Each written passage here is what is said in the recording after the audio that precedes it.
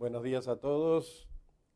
Primero, algunos anuncios de las futuras conferencias que vamos a dictar. Vamos a dictar una sobre delegados gremiales, tanto el proceso electoral, las condiciones de los candidatos, el desenvolvimiento de los delegados y todos los conflictos que se producen a propósito de la designación.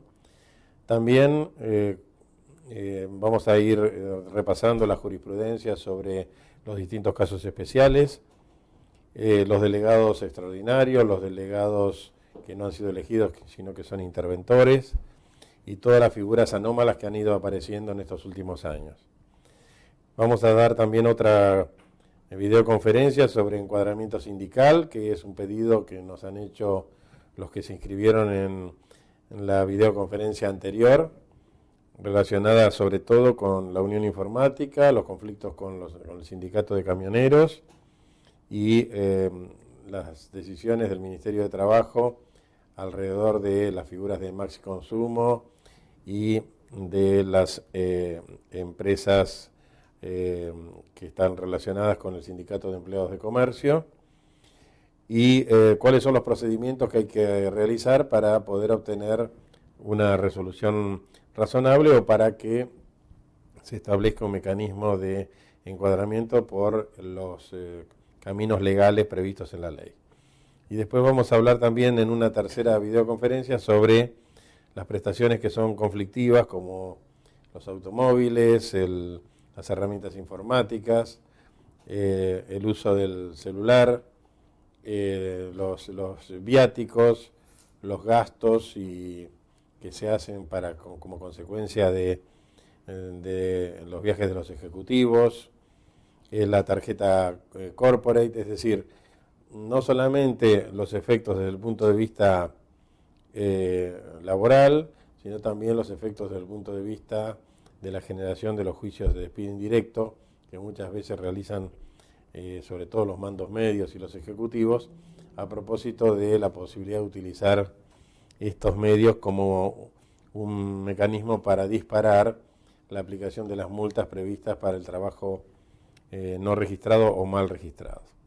Bueno, vamos a dar comienzo entonces a la charla de hoy, que está referida al impuesto a las ganancias.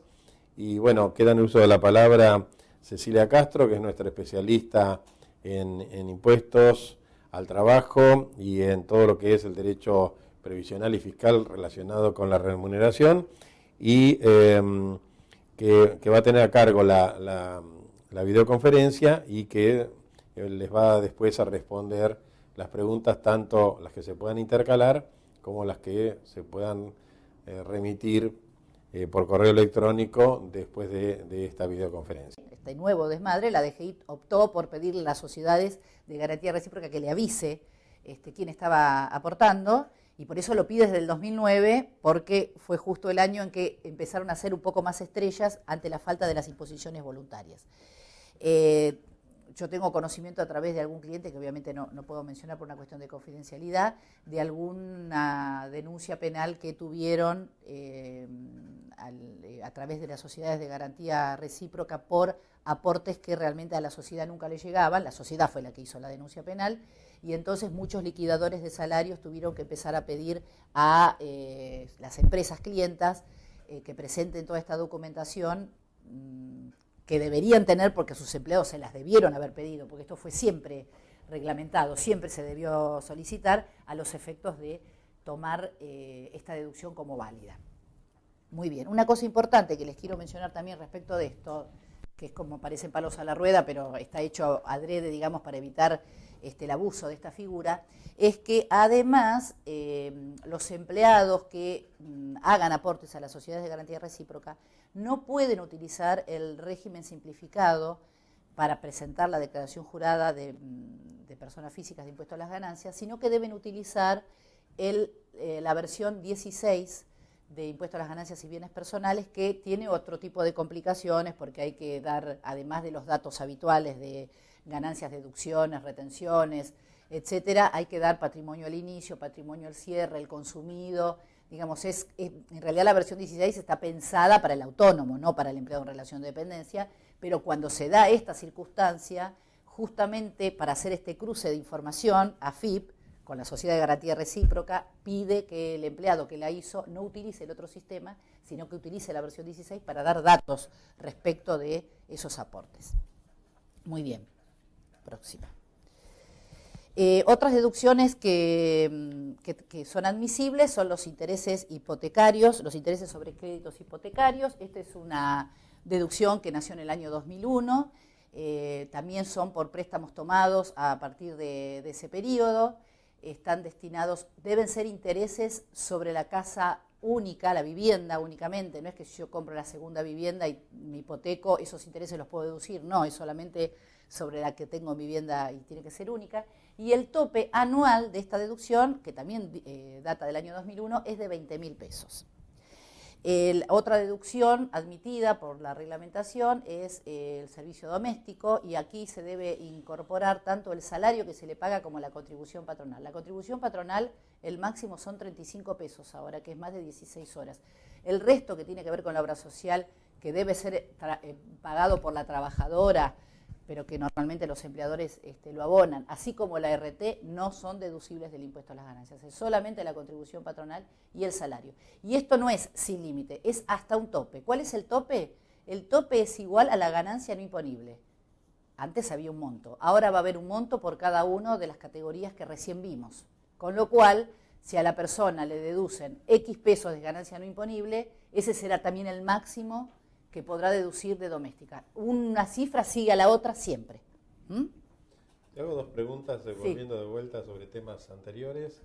¿Se puede solicitar al empleado ingresante posterior a agosto de 2013 una nota donde manifiesta su situación sobre remuneración y su empleo anterior no presenta recibos?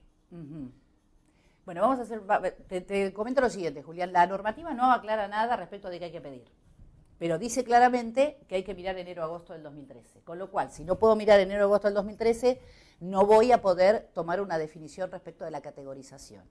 No es obligación del empleador pedirle al trabajador este tipo de cosas, pero es sugerido. Es sugerido porque si el empleado no me da nada, yo tengo que interpretar que no tuvo nunca un empleo. Y yo no soy auditor, ni soy fiscalizador, ni nada por esto. No tengo que estar investigando en la página a ver si el tipo tuvo o no tuvo un trabajo anterior.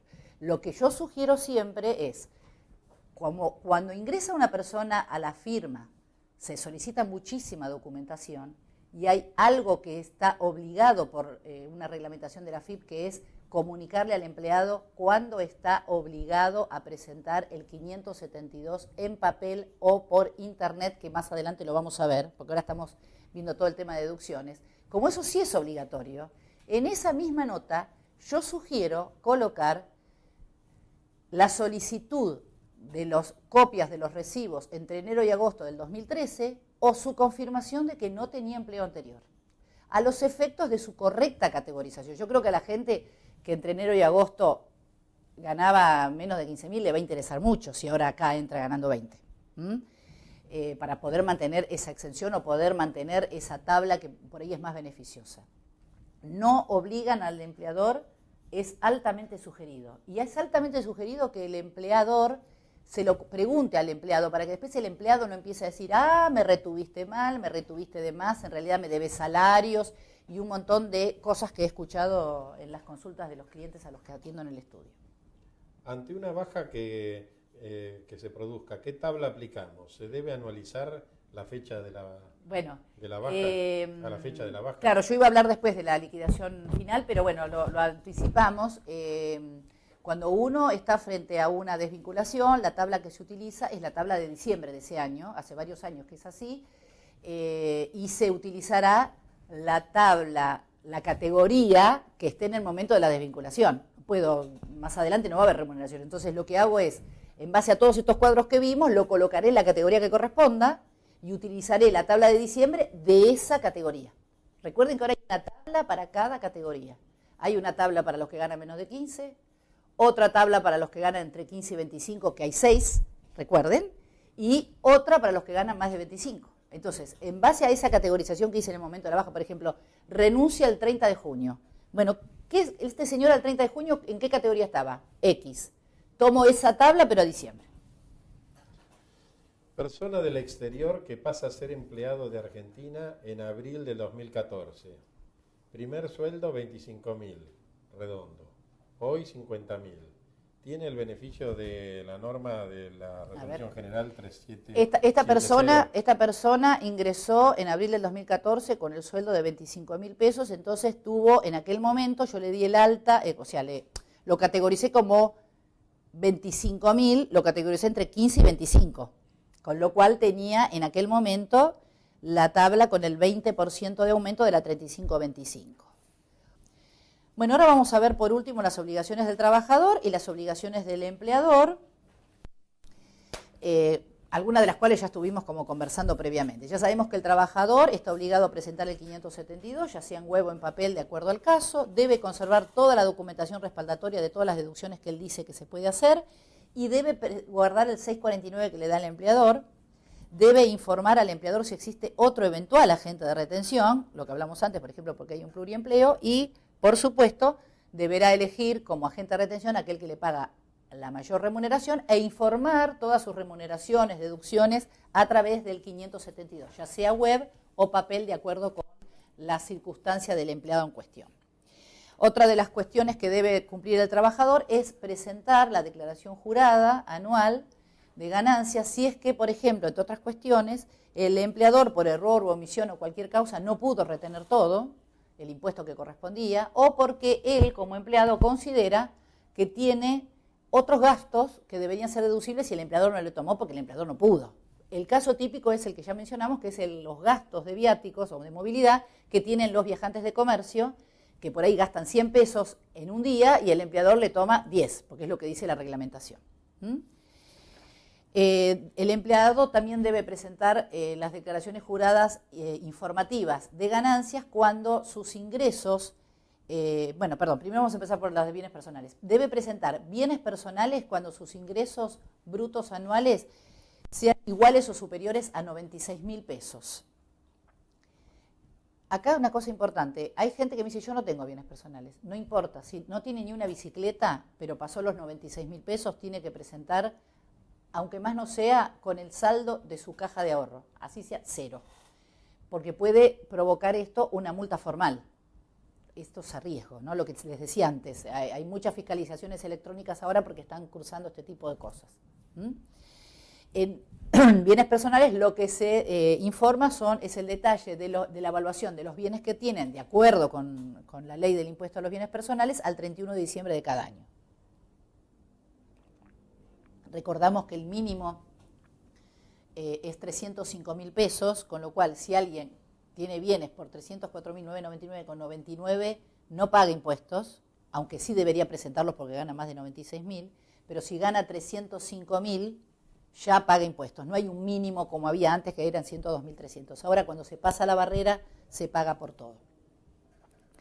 Si ese mismo empleado, en vez de ganar 96, gana más de 144, igual a 144.000, además de presentar bienes personales, como vimos recién, debe presentar la informativa de impuesto a las ganancias, que si es empleado que no tiene ningún otro ingreso, no es autónomo por otra cuestión, ni ha depositado aportes a sociedad de garantía recíproca, entonces puede utilizar un sistema que se llama régimen simplificado de personas físicas, que es básicamente una copia del 649 que entrega el empleador. Digo básicamente porque antes era más copia, pero ahora que se incorporaron otras cuestiones, como por ejemplo las percepciones en moneda extranjera, manda ese régimen simplificado a ordenar una por una, número de certificado, fecha, monto, con lo cual el 649 del empleador tiene una línea que dice percepciones, 10.000 pesos.